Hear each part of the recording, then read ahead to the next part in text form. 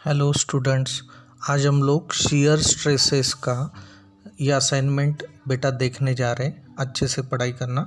आपको पता है टोटल ये 4 केसेस जो आपको दिख रहे हैं, ये 4 केसेस है simply supported with UDL, cantilever with point load and cantilever with UDL.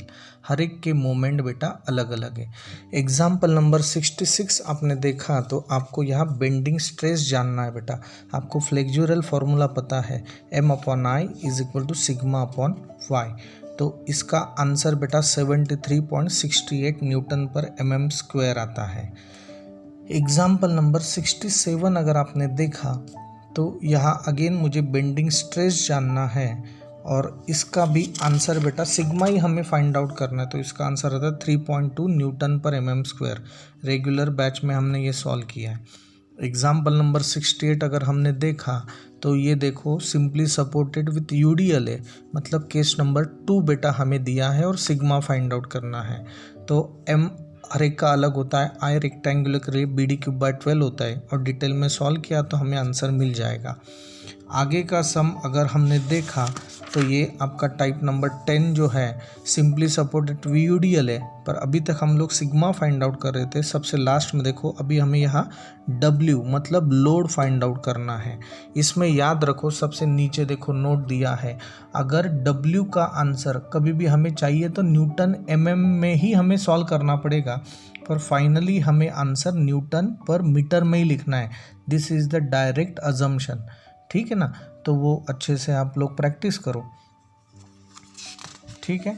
Next जो एग्जाम्पल है देखो, एग्जाम्पल नंबर 74 है।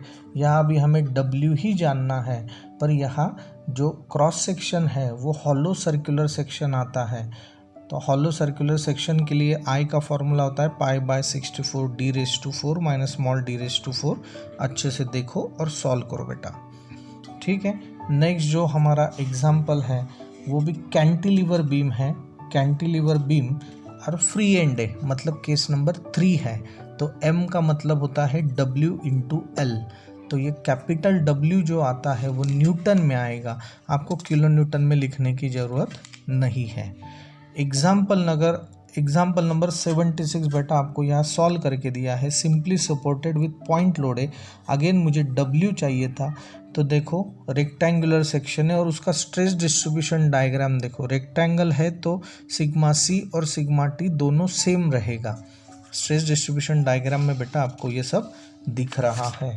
अभी एग्जाम्पल नंबर 79 में यहाँ देखो हमें मोमेंट ऑफ रेजिस्टेंस जानना है। तो M/I is equal to sigma upon Y ही है, पर आपको पता है सेक्शन मॉड्यूलस का मतलब होता है I/Y मतलब Z। तो वो सेक्शन मॉड्यूलस है। मोमेंट का यूनिट होता है न्यूटन mm। मोमेंट का यूनिट होता है बेटा न्यूटन mm। फिर ये आगे का अगर आपने एग्जाम्पल देखा तो अगेन यहाँ हमें साइज फाइंड आउट करना है। कैंटिलीवर बीम है और रेक्टेंगुलर क्रॉस सेक्शन है, ठीक है, और यूडीएल के साथ है।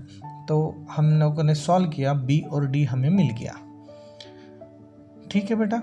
एग्जाम्पल नंबर 85 अगेन मुझे यहाँ डायमीटर जानना था, मैंने डायमीटर जान लिया। सेक्शन मॉड्यूलस सर्कुलर सेक्शन के लिए अच्छे से देखो, आपको ये सब समझ में आएगा। डिटेल में लिखना, जब तक आप इसका राइटिंग प्रैक्टिस नहीं करोगे आपको ये समझ में आएगा नहीं। आगे का प्योर एग्जाम्पल है आपका सेक्शन मॉड्यूलस पे। अगेन मैं याद करके दे रहा हूँ, section modulus Z is equal to होता है I/Y। तो वो सर्कुलर के लिए अलग है, रेक्टेंगुलर सेक्शन के लिए अलग है।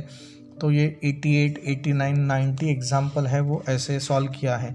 90 का Z आता है 0.67 × 10⁶। अभी ये जो आगे के सम है ये रेडियस ऑफ कर्वेचर बेटा हमें जानना है। तो बस M/I is equal to sigma upon Y is equal to E/R। This E/R is very important here, ठीक है। तो ये कैसे सॉल्व किया अच्छे से देखो। Wish you all the best. Test बेटा अच्छे से देना। Thank you very much.